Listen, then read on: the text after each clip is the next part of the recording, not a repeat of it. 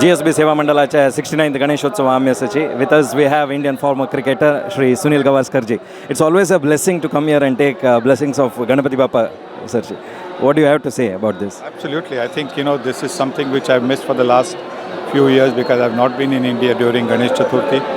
This time I am there, so I'm very happy to come down here and take Bappa's blessings because, Bappa's blessings make such a difference to not just the day but your entire, year and your life. So very, very happy, very blessed to have come here and got this, magnificent darshan.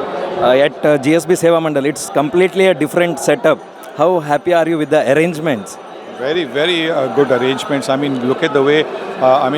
Look at the way everybody is.